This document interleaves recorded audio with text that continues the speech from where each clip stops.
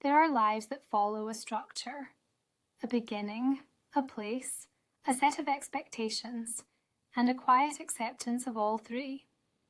And then there are lives that resist containment. Isabella Bird lived a life that did not settle easily into boundaries.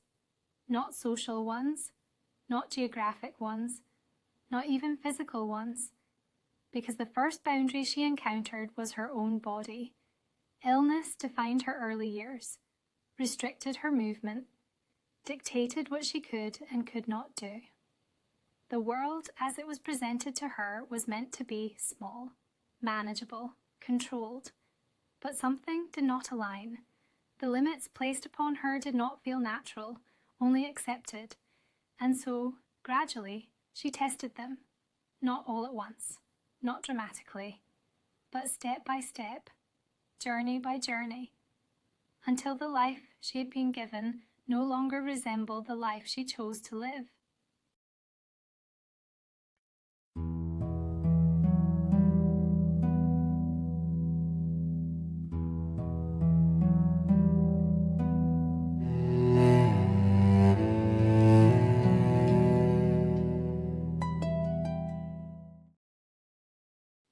Isabella Bird was born in 1831 in Boroughbridge.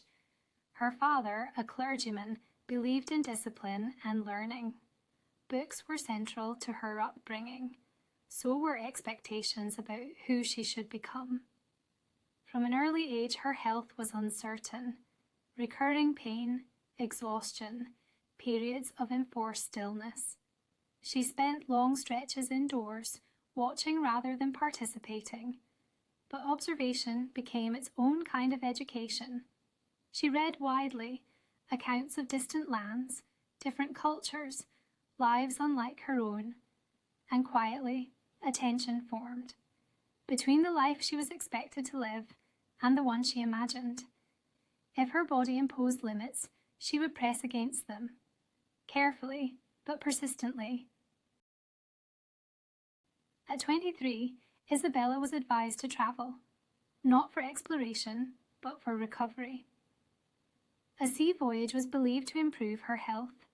She journeyed to North America with no expectation beyond rest.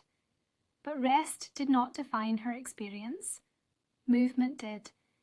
She rode across unfamiliar landscapes, visited settlements at the edges of expansion, engaged with people whose lives differed from her own.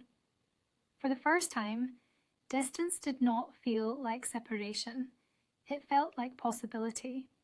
And she wrote letters home, vivid and immediate, capturing not only what she saw, but how it felt to see it. Those letters would later be published, not as ambition, but as evidence of a voice shaped in motion. Isabella did not begin as a professional writer, but her words found readers. Her descriptions were precise, observant without exaggeration. She wrote about landscapes, but also about people, habits, customs, everyday life. Her work did not rely on spectacle. It relied on attention. Her journeys widened. She traveled to Hawaii, then to Japan, moving through regions rarely described by Western travelers. Later, she explored Korea, Persia, and parts of China, often alone, or nearly so.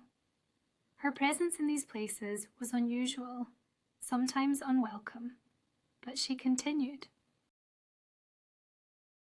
One of her most demanding journeys took her into the Rocky Mountains.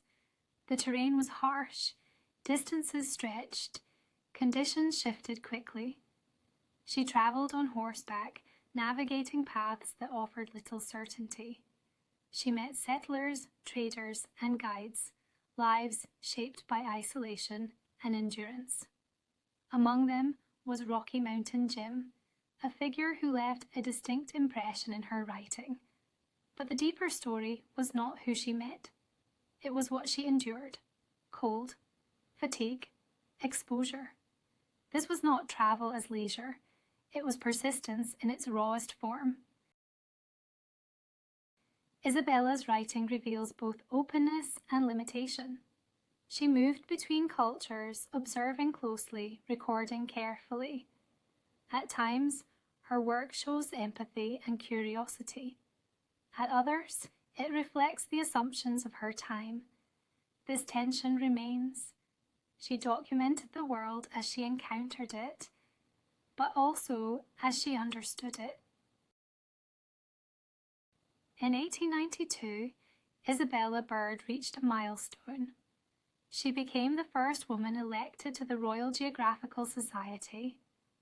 For an institution that had long excluded women, this marked a shift. Her journeys, once unconventional, were now acknowledged, not as exception, but as contribution. Even in later years, Isabella did not settle. She continued to travel, but with a different focus. She trained in basic medicine, working alongside missionary efforts. Her journeys took her to Morocco, India, and beyond. Her attention deepened.